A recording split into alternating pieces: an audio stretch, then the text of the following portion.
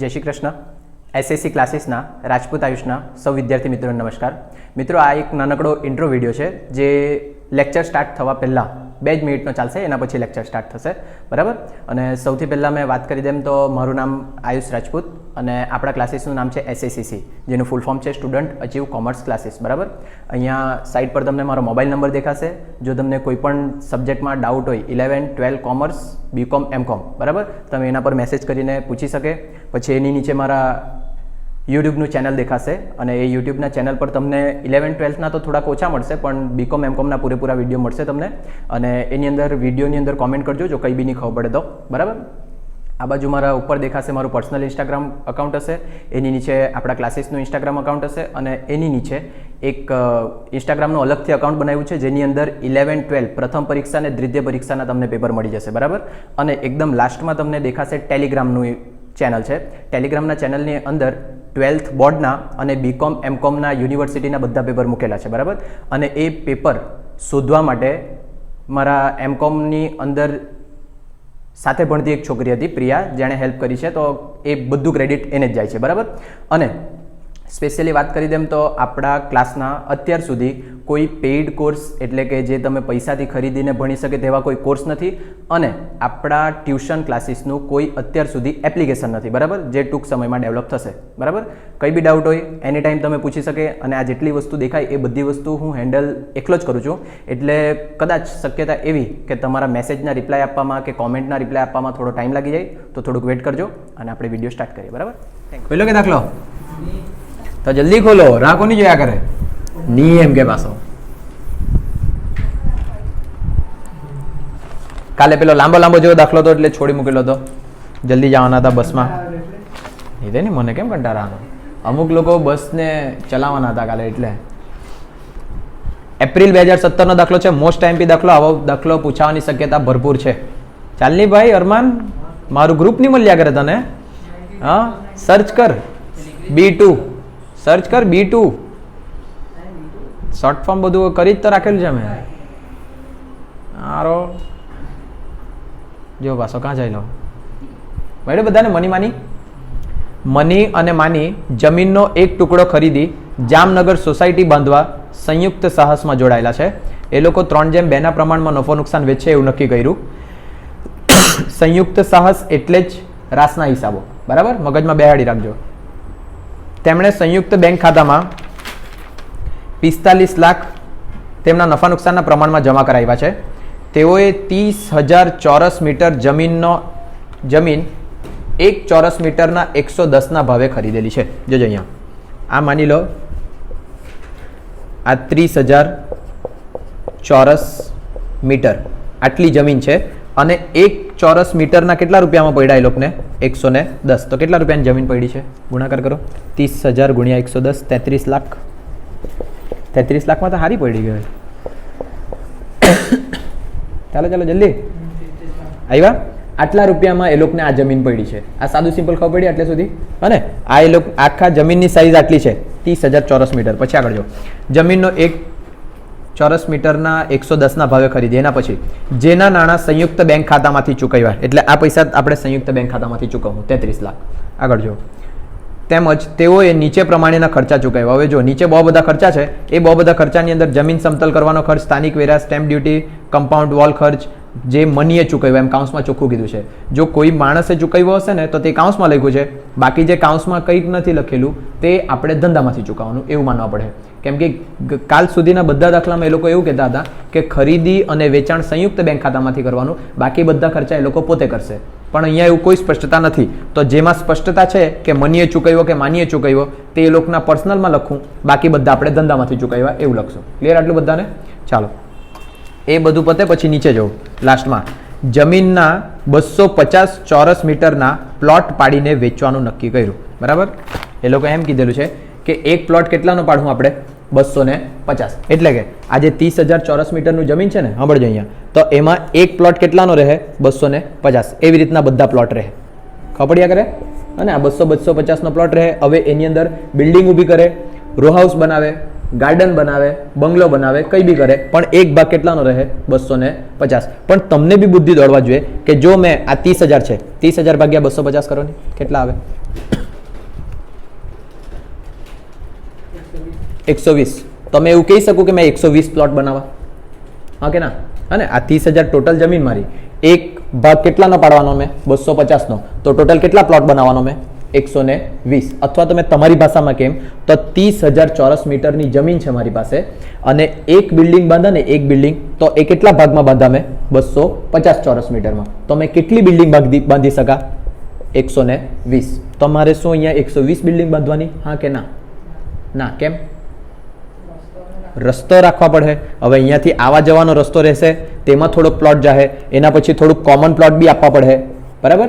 અને જે જમીન બનાવે એ ઘર બાંધે તેના આગળ પાછળ બી થોડીક જગ્યા રાખવા પડે. એટલે તમે આવું નહીં કહી શકે કે મેં આમાં જ પ્લોટ પાડા, હા ને, 30,000 પર જ છૂટું પાડી દેવા. તો એના માટે એ લોકોએ ચોખવટ કરવા પડે કે કેટલો ભાગ શેમાં લીધો, તે જ એ લોકોએ આગળ આપ્યું છે. જો જમીનના 250 ચોરસ મીટરના પ્લોટ પાડીને વેચવાનું નક્કી કર્યું. જમીનનો 1/10 ભાગ કોમન પ્લોટ માટે રાખવાનો. કોમન પ્લોટ એટલે કે જ્યાં એ લોકો ગરબા રમી શકે, જ્યાં એ લોકો મેરેજ કરી શકે, કાં તો પછી કંઈક છોકરાઓ રમી શકે, આવો એક કોમન પ્લોટ રાખવાનો, જ્યાં ડોહલાઓ એમ ચાલીને પડી શકે. અને ચાલો, તો એવા એકાદ પ્લોટ રાખવાનું નક્કી કર્યું છે. કેટલો?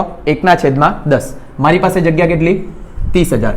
એમાંથી 1/10 એટલે 3,000 જેવું થવાનું, બરાબર ને? આ 3,000 મેં કોમન પ્લોટ માટે કાઢી દીધા. તો મારા પાસે કેટલી જમીન બચી હવે?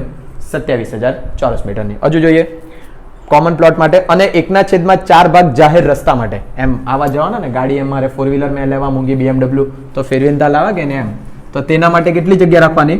1/4. ટોટલ પ્લોટ છે 30,000 અને 1/4 7 કેટલા આવે?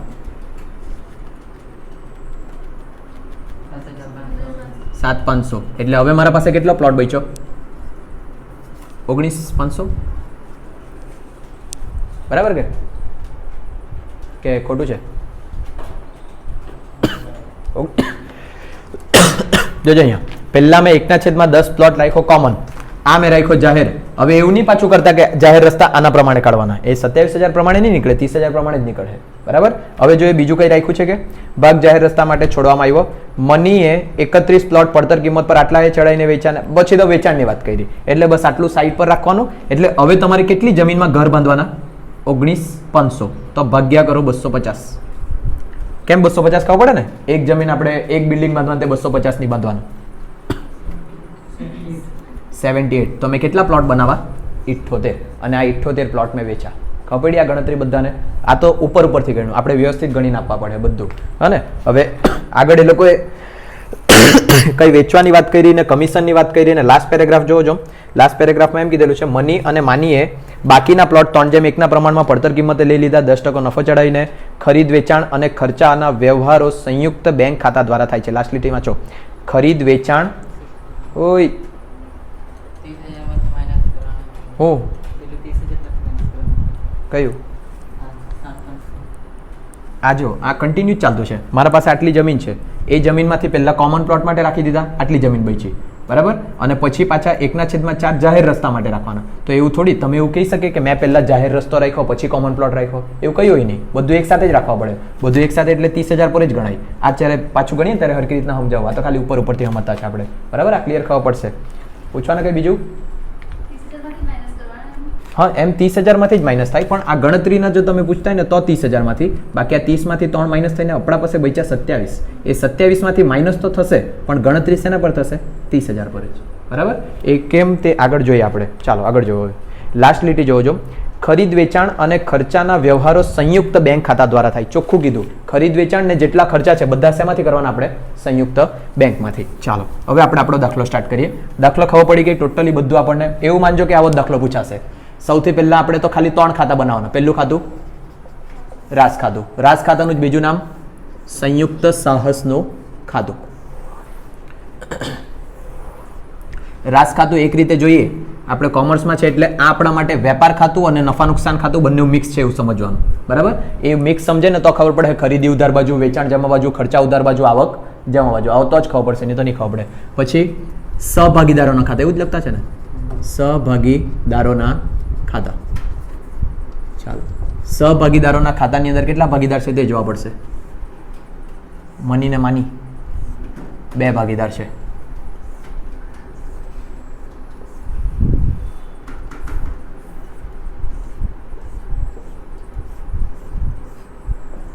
પહેલું મની જ છે ને, મની એટલે મને જોઈએ. પછી લાસ્ટ ખાતું સંયુક્ત બેંકનું ખાતું.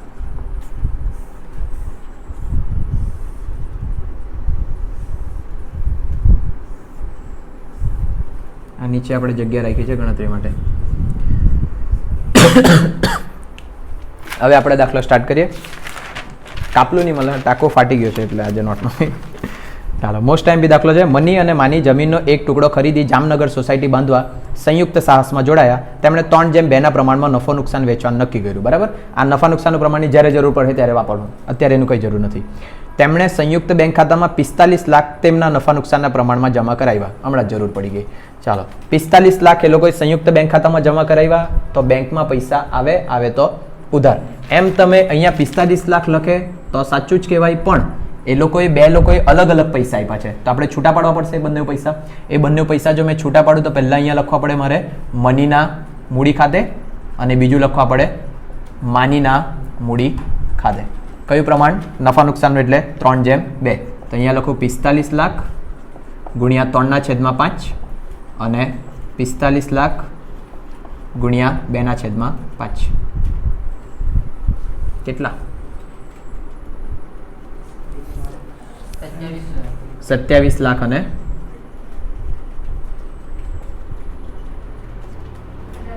18 લાખ. એટલે ખબર પડી 45 લાખ એ લોકોએ જમા કરાવ્યા, જે એ લોકોના પ્રમાણમાં આપણે છૂટા પાડ્યા. બરાબર, અહીંયા ઉધાર બાજુ તો એ લોકોના મૂડી ખાતાની જમા બાજુ. ખબર પડે આટલું? 27 લાખ અને 18 લાખ. વિગતમાં વિરુદ્ધનું નામ સંયુક્ત બેંક ખાતે. નેક્સ્ટ, 45 લાખ તેમના નફા નુકસાનના પ્રમાણમાં જમા કરાવ્યા. તેઓએ 30,000 ચોરસ મીટર જમીન 1 ચોરસ મીટરના 110 ભાવે ખરીદી. ખરીદી કરે એટલે પૈસા. Very good. જાય તો જમા, એટલે અહીંયા જમા બાજુ, તો રાસ ખાતાની ઉધાર બાજુ. નામમાં વિરુદ્ધનું નામ લખવાનું, એટલે અહીંયા મારે શું લખવા પડે? રાસ ખાતે કૌંસમાં ખરીદી. એવું કંઈ નથી કીધેલું કે કોઈ માણસે કરી છે, ડાયરેક્ટ જ ખરીદી એમ કહી દીધું, એટલે પેલા બંને હાથે મળીને જ કરી દીધેલી હશે. અને આ કંઈ પતંગ ને મીઠાઈ નથી કે અલગ અલગ જાય ખરીદવા. પ્લોટ હાથે ગયેલા હોય, હાથે જોઈને હાથે ખરીદીને લાવ્યા છે. બરાબર, ચાલો, 30,000 ચોરસ મીટરનો ટુકડો છે ને 1 ચોરસ મીટરનો 110 ભાવ છે. તો મેં પૈસા કેટલા ચૂકવેલા હશે? 30,000 ગુણ્યા 110 એટલે 33 લાખ ચૂકવ્યા મેં. બરાબર, અહીંયા જમા બાજુ તો અહીંયા ઉધાર બાજુ 33 લાખ. નામમાં વિરુદ્ધનું નામ સંયુક્ત બેંક ખાતે, કાઉન્સમાં લખવું હોય તો લખી શકે ખરીદી. નેક્સ્ટ, જેના નાણાં સંયુક્ત બેંક ખાતામાંથી ચૂકવ્યા. આપણે તો વાંચવા પહેલા જ ચૂકવી મૂક્યા, હા ને. ચાલો, તેઓએ નીચે પ્રમાણેના ખર્ચા કર્યા. હવે જો નીચે જે ખર્ચા કર્યા છે એ ખર્ચાની અંદર અમુકમાં માણસના નામ છે, એટલે કે ભાગીદારના, અને અમુક ડાયરેક્ટ છે. જે ડાયરેક્ટ છે તે ધંધામાંથી ચૂકવાયા. જો ધંધામાંથી ચૂકવાય એટલે આ સંયુક્ત બેંક ખાતામાંથી ચૂકવાય. સંયુક્ત બેંક ખાતામાંથી ચૂકવાય એટલે અહીંયાથી પૈસા જાય તો જમા. આમાં જમા બાજુ તો આમાં ઉધાર બાજુ. અથવા તો આપણને ખબર ખર્ચા કઈ બાજુ લખાય? ઉધાર બાજુ. અહીંયા ઉધાર બાજુ તો બેંક ખાતામાં જમા બાજુ. બંને રીતે યાદ રાખી શકે. તો આપણે અહીંયા હેડિંગ આપીએ સંયુક્ત બેંક ખાતે. ખબર પડે આ સંયુક્ત બેંક ખાતે કેમ હેડિંગ આપ્યું? કાઉન્સમાં લખી દે શું? ખર્ચા. ચાલો જોઈએ. જો પહેલા જમીન સમતલ કરવાનો ખર્ચ ખબર પડે ને. જો તમે પ્લોટ લીધો તો પહેલા એને સમતલ કરવા પડે, પછી જ આગળ વાત થાય. પેલું ખરબચડું હોય ને તો નલ્લા પોયરા પડી જાય. બરાબર ને ગોવિંદા? હા, બરાબર. ચાલો, જમીન સમતલ કરવાનો કેટલો? 1,50,000. પછી સ્થાનિક વેરા ગ્રામ પંચાયત દ્વારા બુચાટ મારી લઈ જાય તે વેરા તે. હા, જમીન ખરીદો, ઘેર ખરીદો, લાવ મારા પૈસા લાવ એમ કેમ ગ્રામ પંચાયત દ્વારા એવું કરીને લઈ જાય. પછી સ્ટેમ્પ ડ્યુટી જે તમે જમીન લીધી ને તેને રજીસ્ટર કરાવવા પડે કે મારા નામની છે. એના માટે 10-12 લાખનું લઈને તો 1,00,000-1.5 લાખ રૂપિયા તો સ્ટેમ્પ ડ્યુટીમાં ગયેલા. કે અહીંયા કેટલા ગયેલા છે? 15,000. જૂઠું બોલ્યા કરે આ લોકો. ચાલો, પછી કમ્પાઉન્ડ વોલ ખર્ચ. કમ્પાઉન્ડ વોલ એટલે બોર્ડર બનાવી એ લોકોએ, હા ને, પેલા થાંભલા ઉભા કરીને તાર બાંધો. એના પૈસા કેટલા ગયા? 3,75,000 તો ગયા, પણ ચૂકવ્યા મનીએ છે. અને આપણે થોડીક અહીંયા જગ્યા રાખીએ કે જોઈ લો. બીજો કોઈ ખર્ચો છે? ડાયરેક્ટ માટી વેચાણની આવક છે. માટી વેચાણની આવક એટલે તમે ખોઈદું તો માટી બચી ને તે વેચ્યું. આવક એટલે અહીંયા લખું કે અહીંયા લખું? જમા બાજુ. ખબર પડે ને એટલું તો બધાને. માટી વેચાણની આવક અહીંયા લખા, અને એ પૈસા બી મારે ક્યાં લખવાના? સંયુક્ત બેંક ખાતામાં, એટલે અહીંયા નામ વિરુદ્ધનું લખું, જોજો સંયુક્ત બેંક ખાતે કૌંસમાં માટી વેચાણની આવક. આ ખબર પડી બધાને? માટી ખોદે ને તો જમીન ખોદે તો પેલી માટી વેચી તે વેચી કાઢી, કેમ કે તમે તો સિમેન્ટ પૂરે ને, બરાબર ને ગોવિંદા? હોશિયાર છે તું. કેટલા રૂપિયા? 75,000. જો કામ લાગી શકે તમને ભવિષ્યમાં, કડિયા કામ માટે બી આ બધું જાણવું થોડુંક જરૂરી રહે. હા, પેલા તોપલા તગાડા ઉચકવાના, મિક્સ કરવાના, માવા મટીરિયલ તો બધું કામ લાગે તમને ભવિષ્યમાં. ચાલો, એટલે બીજું તો એવું કંઈ નથી જે આની અંદર આવશે, બરાબર? કાં તો તમારે પેપરમાં હોય ને તો પેપરમાં જરીક શાંતિ રાખવાની, 1-2 લીટી છોડીને ગણ્યા કરવાનું, કેમ કે આપણે ફી ભરીએ પેપરની. મારો ટોટલ 50, 240. હવે આમાં ઉધાર બાજુ તો બેંક ખાતાની જમા બાજુ. અહીંયા લખું મેં રાસ ખાતે કૌંસમાં ખર્ચા. કેટલા ટોટલ થયા? 2,40,000. છૂટું પાડીને લખશો તો બી ચાલશે, પણ અત્યારે દાખલો લાંબો છે એટલે મેં ટૂંકમાં બતાવતો છે, બરાબર? છૂટું પાડીને લખશો તો એન્ટ્રીના માર્ક્સ કદાચ નક્કી કરેલા હશે તો મળે 3. હા ને? ચાલો, ખોટું આ બી નહીં કહેવાય ને પેલું બી નહીં કહેવાય. હવે કમ્પાઉન્ડ વોલ પરથી આપણે અટકેલા હતા, તો અહીંયા મનીએ કરેલો છે, એના નીચે માનીએ કરેલું છે. 2-2, 3-3 ખર્ચા જેવા છે, તો પહેલા મેં અહીંયા લખું મનીના મૂડી ખાતે કૌંસમાં ખર્ચા, અને થોડીક લીટી રાખીને માનીના મૂડી ખાતે કૌંસમાં ખર્ચા. જેના જેના ખર્ચા હોય તેના ચોપડે લખતા જાય આપણે. ચાલો, સૌથી પહેલા કમ્પાઉન્ડ વોલ. કમ્પાઉન્ડ વોલ એટલે પેલું સાઈડમાં બોર્ડર કરી ને, એ બોર્ડર માટેનો ખર્ચો કર્યો. તો અહીંયા લખીએ કમ્પાઉન્ડ વોલ ખર્ચ. કેટલાનો? 3,75,000. આ ખાધા એના પૈસા. પછી આર્કિટેક્ટ ફી. આર્કિટેક્ટ એટલે તમે પેલાને બોલા ને એમ ત્રિકોણમાં એમ માપ્યા જેવો કરતો હોય કેમેરો લઈને, તે આર્કિટેક્ટ આવીને જોઈ કેટલા ભાગમાં કેટલું બને ને શું કરવાનું, તે એ આર્કિટેક્ટને પૈસા આપ્યા. તે કોણે આપ્યા? માની આપ્યા. એટલે નીચેવાળામાં લખવા પડે આર્કિટેક્ટ ફી. કેટલાનું? 15,000નું. માટી વેચાણની આવક આપણે લખી દીધી. જાહેરાત ખર્ચ. હવે પેલા બેનર મારે ને કે આવતું છે કમિંગ સૂન એમ કરીને 35 લાખ 30 લાખ, એ ખર્ચો કોણે કર્યો? મનીએ કર્યો. એટલે મનીમાં લખીએ જાહેરાત ખર્ચ. કેટલાનો? 30,000નો.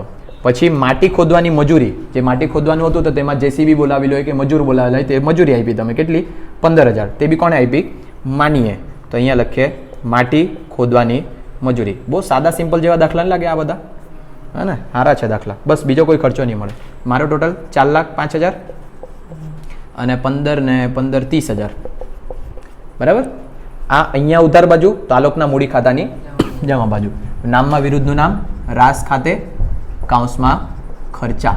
જો ડાયરેક્ટ લખતો છે અત્યારે મેં મનીના ખાનામાં 4,05,000 અને માનીના ખાનામાં 30,000. તમે પેપરમાં ગણે તો મહેરબાની કરીને છૂટું પાડીને લખજો, તો તરત થોડીક એન્ટ્રી પડે તો વધારે માર્ક મળે. છૂટું પાડતા તો આવડી જાય ને. રાસ ખાતે કમ્પાઉન્ડ વોલ ખર્ચ, રાસ ખાતે જાહેરાત ખર્ચ, રાસ ખાતે આર્કિટેક્ટ ફી, તેવી રીતના પેલામાં બી રાસ ખાતે જમીન સમતલ કરવાનો ખર્ચ ને એવું છૂટું પાડજો. બહુ ટાઈમ મળે તમને પેપરમાં, એમ બી કાંઈ આવડતું તો હોય નહીં. પેરેગ્રાફ. ચાલો,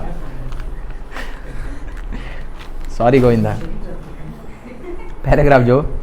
જમીનના 250 ચોરસ મીટરના પ્લોટ પાડીને વેચવાનું નક્કી કર્યું, પણ ડાયરેક્ટ જ તમે જમીન પર પ્લોટ બાંધવા નહીં લાગે. થોડા કોમન પ્લોટ ને જાહેરાત પેલા જમીનના ને એવા પ્લોટ છોડવા પડે. તો આપણે અહીંયા લખીએ ગણતરીની અંદર આ બધું શું કરેલું છે મેં પાના. ચાલો, સૌથી પહેલાં આપણે ટોટલ કેટલી જમીન ખરીદેલી હતી?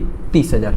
અને તો મેં અહીંયા લખું, જો તમે નામમાં અહીંયા ગણતરીમાં કંઈ બી લખી શકે, મેં અહીંયા લખી દેમ કુલ શું વાપરેલું છે? જમીન નફા નુકસાનના પ્રમાણમાં જમા કરાવી તે હોય 30,000 ચોરસ મીટરની જમીન, બરાબર? તો મેં અહીંયા લખું કુલ જમીન. કેટલા ચોરસ મીટર? 30,000 ચોરસ મીટર. આખો મારા પાસે આટલી જમીન છે. આ જમીનમાંથી મેં 2 વસ્તુ સાઈડ પર રાખા, એક રસ્તા બનાવવા માટે અને એક જાહેર પ્લોટ. તો પહેલાં એ લોકોએ શું આપ્યું છે? જાહેર પ્લોટ આપ્યું છે કે શું આપ્યું છે? 1/10 ભાગ કોમન પ્લોટ કીધું છે. શું કીધું છે એ લોકોએ? Common plot. હવે કોમન પ્લોટ નક્કી કરા મેં 30,000 ટોટલ છે, એમાંથી 1/10 મેં કોમન રાખા, એટલે 3,000 ચોરસ મીટર કોમન રહે, તો 27,000 ચોરસ મીટર બચ્યા. ખબર આટલું બધાને? એના પછી પાછું એ લોકોએ કીધેલું છે કે જાહેર રસ્તા માટે રાખવાના. કેટલા? 1/4. તો અહીંયા લખું જાહેર રસ્તા. જાહેર રસ્તા માટે 1/4 રાખવાનો, તો કંઈ આના 1/4 નહીં રાખવાના. ટોટલ જેટલી છે ને જમીન તેના 1/4 રાખવાના. અહીંયા જ પહેલી ભૂલ થઈ શકે તમારી. એટલે અહીંયા લખાય 30,000, અહીંયા કરી દેમ સ્ટાર, ગુણ્યા 1/4, એટલે કેટલા આવેલા? 7,500. બાદ કરીને કેટલા આવેલા? 19,500 ચોરસ મીટર. અહીંયા બી લખીએ ચોરસ મીટર. હવે એ લોકોએ એમ કીધેલું છે કે એક પ્લોટ કેટલાનો બને, મતલબ એક જે જમીનનો ટુકડો પાડવાનો છે પ્લોટ, તે કેટલા ચોરસ મીટરનો પાડવાનો? 250. તો મેં અહીંયા ભાગ્યા કરું એક પ્લોટ કેટલો 250 ચોરસ મીટરનો. તો ભાગાકાર કરો તો કેટલા પ્લોટ બને? 78 કુલ પ્લોટ. એટલે એવું સમજો કે તમે આટલી બિલ્ડિંગ કાં તો આટલા રૂમ કાં તો આટલા રો હાઉસ બનાવ્યા. પ્લોટમાં એ લોકોએ શું બનાવ્યું આપણને ખબર નથી. હું ખબર પેલું અને 40ના રૂમ બનાવીને આપી મોકલા, કંઈ કહેવાય નહીં, બરાબર. તેમાં એક જ ટોયલેટ હોય બધાનું, ભંગાર જેવું. હા ને, ચાલો 78 પ્લોટ બન્યા છે. હવે એ 78 પ્લોટના કેવી રીતના વેચવાના, કેટલા બચે ને એ બધાની વાત કરી. આમાં તો પેલા મની હે તેની વાઈફને એક ગિફ્ટ કરે ને આવું બધું કરે, ખબર કે નહીં ખબર તમને? બિલ્ડર લોકો બનાવે એટલે મારી વાઈફ સારું એક આ રાખી જ મૂકજે અલગથી, એમ નહીં આવડેલું ને આજે દેવ આવું જ કરે એ લોકો. સારા તો તેવામાં પછી આપણા જેવા ગરીબ ચૂસાઈ જાય. આપણે કોઈની વાઈફ નહીં બની શકીએ ને, એટલે ચાલો જો હવે 1/4 ભાગ જાહેર રસ્તા માટે છોડવામાં આવ્યો. એના પછીથી જો મનીએ 31 પ્લોટ પડતર કિંમત પર 50% નફો ચડાવીને રોકડેથી વેચ્યા અને માનીએ 50% પ્લોટ પડતર કિંમત પર 30% નફો ચડાવીને વેચ્યા. મનીએ તેણે કરેલા વેચાણ પર 10% કમિશન આપ્યું. આવું કંઈક વાત કરી. પણ એ લોકો વારંવાર વર્ડ વાપરતા છે પડતર કિંમત પર નફો. પડતર કિંમત એટલે જેટલો તમે ખર્ચો કરેલો હોય તે, એને કહેવાય પડતર કિંમત. તો પહેલાં મારે શોધવા પડે કે મારી પડતર કિંમત કેટલી થઈ, પછી જ મેં નક્કી કરા ને કે એના પર કેટલો નફો ચડાવવાનો મેં, બરાબર. તો અહીંયા જો મેં પડતર કિંમત નક્કી કરું ને કપડાં ફાટી જાય કરે મારા. ચાલો, તો સૌથી પહેલાં મેં જોમ ને તો ટોટલ ખર્ચા કેટલા છે તે. તો પહેલાં સંયુક્ત બેંકના ખર્ચા છે. સંયુક્ત બેંકના ખર્ચા ત્યાંથી આપણે કર્યા તે કેટલા કર્યા? 2,40,000. દેખાય મેં કાંથી લખ્યા પૈસા? અને એના પછી અરે પેલું તો રહી ગયું, ખરીદી તો કરી તમે. પહેલાં લખાઈશું ખરીદી. ખરીદી કેટલા રૂપિયામાં કરી તમે? 33 લાખમાં, બરાબર. જમીનની ખરીદી વધારે સારું લાગે. જમીનની ખરીદી કેટલામાં કરી? 33 લાખ. એના પછી પ્લસ સંયુક્ત બેંકમાંથી ખર્ચા કર્યા તમે. સંયુક્ત બેંકમાંથી કેટલા? 2,40,000. પછી કોણે ખર્ચો કર્યો? મનીએ. પ્લસ મનીનો ખર્ચ, મનીએ કરેલ ખર્ચ. જોયું કેટલું અજીબ લાગ્યા કરે? મની પોતે ખર્ચ કર્યા કરે. એમ વિચાર આવે કે નહીં? કઈ ગધેડાએ કેટલા? 4,05,000. પછી માનીએ ખર્ચો કર્યો પ્લસ માનીએ કરેલ ખર્ચ. માનીએ કેટલા કર્યા? 30,000. આટલો ટોટલ તમારો ખર્ચો થયો. મારો ટોટલ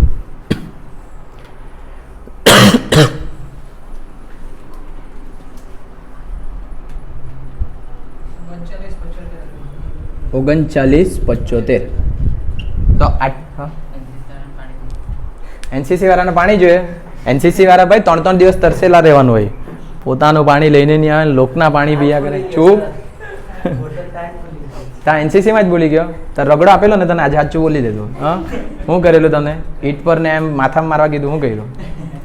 ચાલો, તે તમને મજાક લાગે? જો દાઢી એ લોકોને કપાવા કીધેલી, ની કાપેલી ને ઈટથી ગહાવે એ લોકોને દાઢી, એમ અસલીમાં એમ પૂછી જો એ લોકોને. તે પછી પેલું ખબર કાંગારૂ જમ્પ આવે, સસલાવાર જમ્પ, એવું જમ્પ કરીને આખું રાઉન્ડ મારવાનું એમ. એટલે પતલો થઈ ગયેલો છે. હા, જાણી જ જામ કે નહીં બધું. કાંઈ ભણ્યો નહીં મળે, પૈસા નહીં મળે, નોલેજ તો છે. ચાલો અહીંયા જોઈ લો. આટલો મેં ખર્ચો કર્યો તો શું આટલા રૂપિયામાં જ મારા પ્લોટ બન્યા બધા? હા કે ના? કે કંઈક હજુ મિસિંગ છે આની અંદર? 39,75,000નો ટોટલ. આપણે જ ધંધો કરતા છે એવું માને ને, મેં તમારા હાથે નહીં કરવા, તમે જ ધંધો કરતા છે એમ મેં માનો. અને તમે આટલા રૂપિયામાં પ્લોટ બનાવ્યા બધા એટલે કેટલા? 78 પ્લોટ આટલા રૂપિયામાં બન્યા તમારા ટોટલ, કે હજુ કંઈ મિસિંગ છે આની અંદર?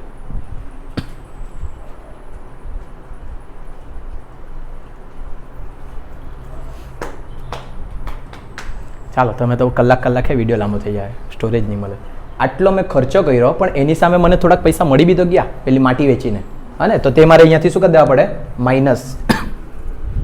માઇનસ માટી વેચાણનો ખર્ચ, માટી વેચાણની આવક વેચીને ખર્ચ કર્યા કરું 75,000. તો હવે મને ખબર પડી મેં ટોટલ કેટલા ખર્ચા કર્યા?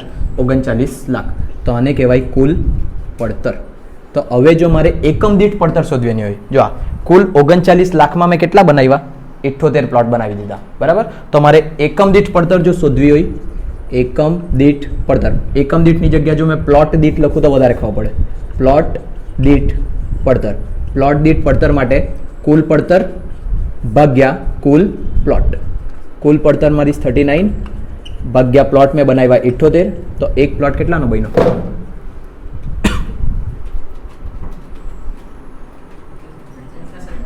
50,000 રૂપિયા. બરાબર, એટલે મારો એક પ્લોટ 50,000 રૂપિયાનો બનેલો છે. હવે આના પર મેં પ્લસ કરા નફોને વેચા. બિલ્ડર લોકો 50,000 બને ને તો 6 લાખ 7 લાખમાં વેચે. હા ને મટીરિયલ એટલું ભંગાર વાપરે ને કે તમે અંદર 2 વર્ષ રહે એટલે પછી તમારે વીજળીના કામ કરાવવા પડે, વોટરપ્રૂફિંગ કરાવવા પડે, પેલા ચૂનો છૂટવા લાગે. જોજો એકાદ દિવસ તમે પોતાનું લે તો આવું થાય. એટલે જમીન લઈને બનાવવાનું તો 39 લાખમાં બને. હા ને બાકી એમ 50,000માં મળી જાય તમને. હસ્યા કરે પાછા શરમ વગરના ઢાંડાએ. ચાલો હવે કોણ કાંઈ વેચતું છે તે જોઈ લે. મનીએ 31 પ્લોટ પડતર કિંમત પર 50% નફો ચડાવીને રોકડેથી વેચ્યા. વેચે એટલે પૈસા આવે તો ઉધાર. એટલે અહીંયા લખવાના ઉધારમાં, અહીંયા ઉધાર બાજુ તો અહીંયા જમા બાજુ. નામમાં વિરુદ્ધનું નામ એટલે શું લખું? રાસ ખાતે. શાંતિ રાખજો. રાસ ખાતે વેચાણ કોણે કર્યું? મની ને. એવું હાથી બજાર જાય કરે તો કૂતરા 1000 બસ્યા કરે. જો એ આને રગડો આપી લઉં ટ્યુશનમાં બી આજે. ચાલો શું કીધું? મનીએ 31 પ્લોટ પડતર કિંમત પર 50% નફો ચડાવીને વેચ્યા. વેચે એટલે પૈસા આવે તો ઉધાર બાજુ, અને આમાં જમા બાજુ એટલે નામ વિરુદ્ધ લખ્યું. રાસ ખાતે વેચાણ કોણે કર્યું? મનીએ. પૈસા હજુ ગણ્યા નથી. હવે એ લોકો એમ કીધું 31 પ્લોટ, અહીંયા કાઉન્સમાં લખીએ 31 પ્લોટ. એક પ્લોટનો ભાવ આપણો કેટલો નક્કી કર્યો આપણે? 50,000. દેખાય બધાને? વિડીયોમાં દેખાતું છે કે નીચે સુધી? હા ને ચાલો 31 પ્લોટ 50,000 રૂપિયામાં ખરીદેલું. તો કેટલા રૂપિયા નથી આ પ્લોટ આપણે તે જોઈ લો. 15,50,000 આટલાનો મારો પ્લોટ થયો. બરાબર ને અરમાન? પછી એ પ્લોટને કેટલા પર નફો ચડાવ્યો છે? 50% નફો. જોયું અમીરી જોઈએ એ લોકોની? પ્લસ કરો 50% નફો. આટલામાં વેચ્યા. 15,50,000 પ્લસ 50% નફો.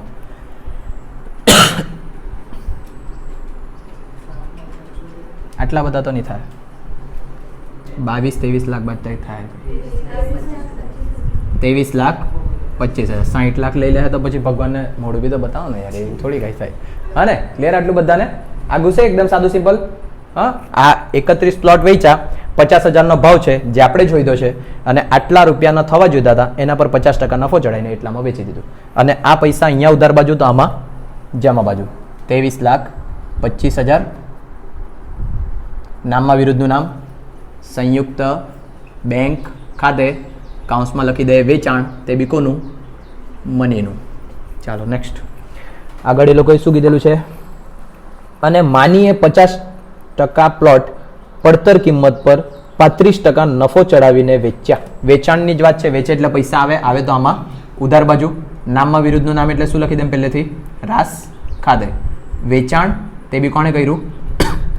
વેચાણ કોણે કર્યું? માનીએ.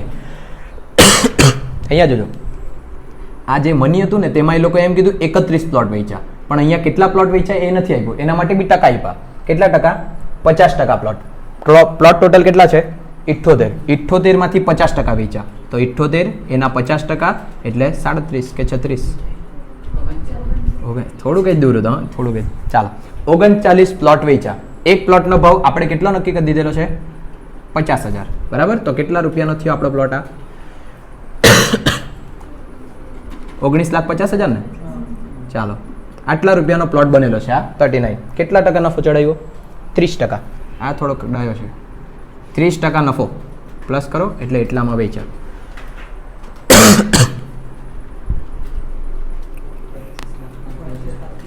25 લાખ. ચાલો આપણે તો માફી બી નહીં માંગ્યા. લોકથી વિડીયો બંધ થઈ જાય. ખાંસીની વાત કરીએ એટલે જ બંધ થઈ ગયેલો વિડીયો. સંયુક્ત બેંક ખાતે વેચાણ. તે બી કોનું? માનીનું. ક્લિયર આટલું બધાને? આ વિરુદ્ધની એન્ટ્રી આપી દે. હવે આગળમાં છે બીજું શું કીધું એ લોકોએ? 50% પ્લોટ પડતર કિંમત પર 30% નફો ચડાવીને વેચ્યા. મનીએ તેણે કરેલા વેચાણ પર 10% કમિશન આપવાનું. આ મનીએ કેટલું વેચાણ કર્યું? 23-25નું વેચાણ કર્યું. એના પર 10% એને કમિશન આપીએ. કમિશન ધંધાનો ખર્ચ એટલે અહીંયા ઉધાર બાજુ લખવા પડે. બરાબર. અને જેને આપવાનું છે તેના મૂડી ખાતામાં. કોને આપવાનું? મનીના મૂડી ખાતે. એણે જેટલું વેચાણ કર્યું 23,25,000 એના પર એને 10% કમિશન આપી દો. 2, 3, 2, 5, 0, 0 2,32,500. બરાબર ને? અહીંયા ઉધાર બાજુ તો એના મૂડી ખાતાની જમા બાજુ.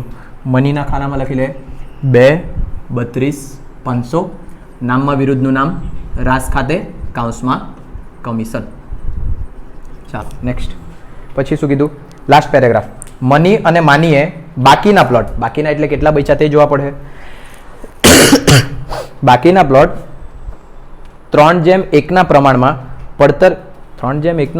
પડતર કિંમત પર 10% નફો ચડાવીને લઈ લીધા. બરાબર, લઈ લીધા એટલે એ લોકો ઉપાડ કરી ગયેલા કહેવાય એક રીતે. મારા ધંધામાં મેં કંઈ લાવ્યો ને એમાંથી લઈ જામ એટલે ઉપાડ કર્યા. ઉપાડ કર્યા તો સહભાગીદારોના મૂડી ખાતાની કઈ બાજુ લખાય? ઉધાર બાજુ. આમાં ઉધાર બાજુ તો આમાં જમા બાજુ. બરાબર, તો પહેલાં મેં જમા બાજુ લખતો છે.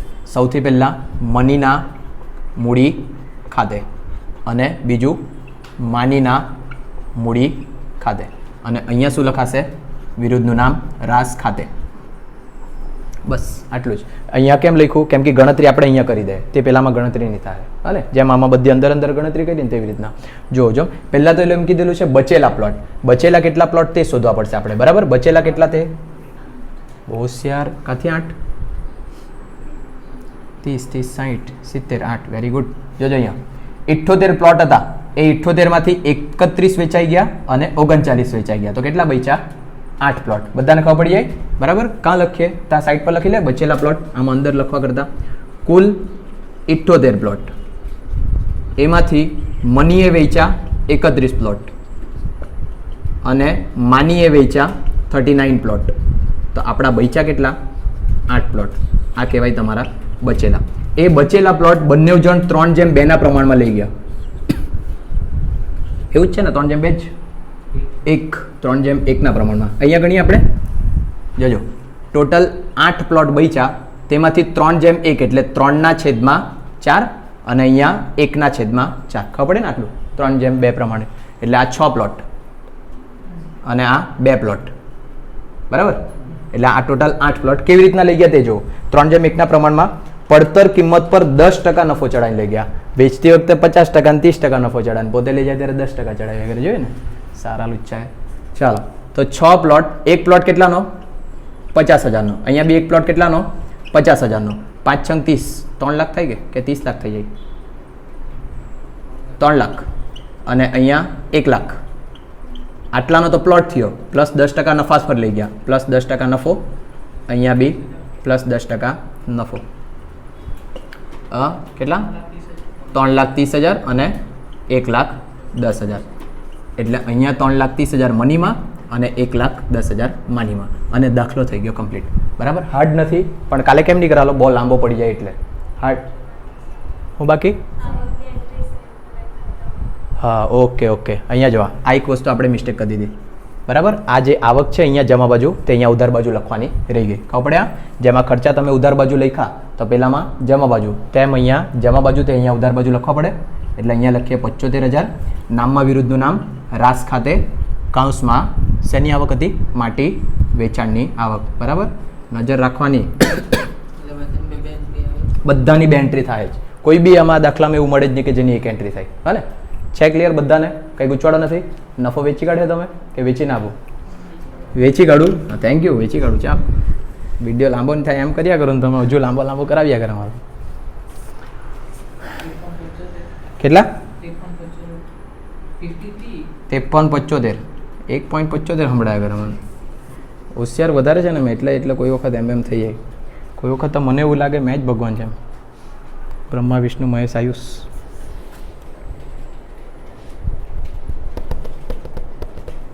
નફો 3:2 પ્રમાણમાં ને?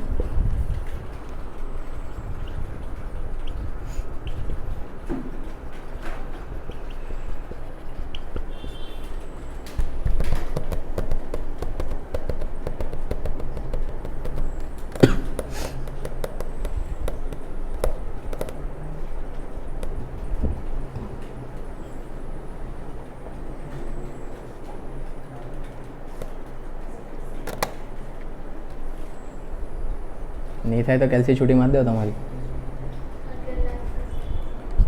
11,67,500. 3:2 પ્રમાણે જ છે કે નફો નુકસાન? કાપલામાં જોઈ લેમ.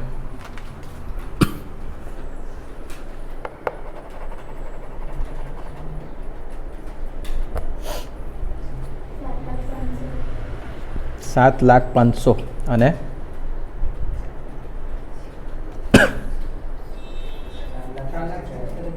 4 67 ચાલો અહીંયા ઉધાર બાજુ તો એ લોકોના મૂડી ખાતાની જમા બાજુ. નામમાં વિરુદ્ધનું નામ, રાસ ખાતે કાઉન્સમાં નફો. છોકરાઓ મનીનું મારો, છોકરીઓ માનીનું.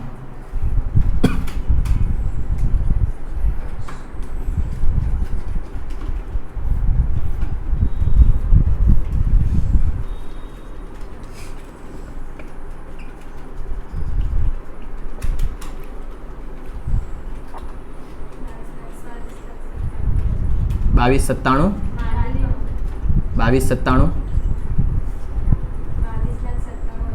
પૂરા 40,38,000.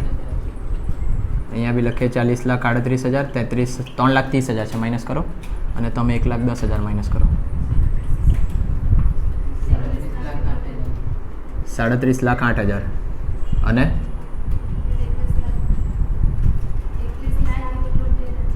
78 કેવી રીતના? 78 તો નહીં આવી શકે. લે સાબાસ, આજે તમે 67 કરો બધું. હા, એક જણ ભાઈ અહીંયા 67 76 અલગ કર્યા કરે. આજે બધી ભૂલ સુધારણા નોંધ મને આવડ્યા કરતી છે. ચાલો હવે આ જે છે પૈસા તે સંયુક્ત બેંક ખાતામાં લઈ જવાના. અહીંયા ઉધાર બાજુ તો પહેલામાં, જમા બાજુ લખ્ય વિગતમાં મનીના મૂડી ખાતે અને માનીના મૂડી ખાતે 37,08,000 અને 21,78,000. મારો ટોટલ બંને બાજુ હરકું આવ્યો તો મારો દાખલો સાચો, કેમ કે પેપરમાં તમે ગણ પઠાની હજુ બેગ નીકળ્યું છે ને.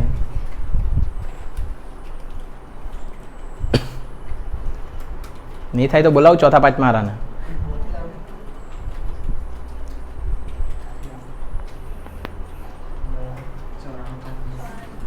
₹94,35,000 બંને બાજુ આવી ગયો. ચાલો થેન્ક યુ બોલજો મને પછી. બસ ને, બીજો ગણવા જાઉં તો નહીં થાય આજે.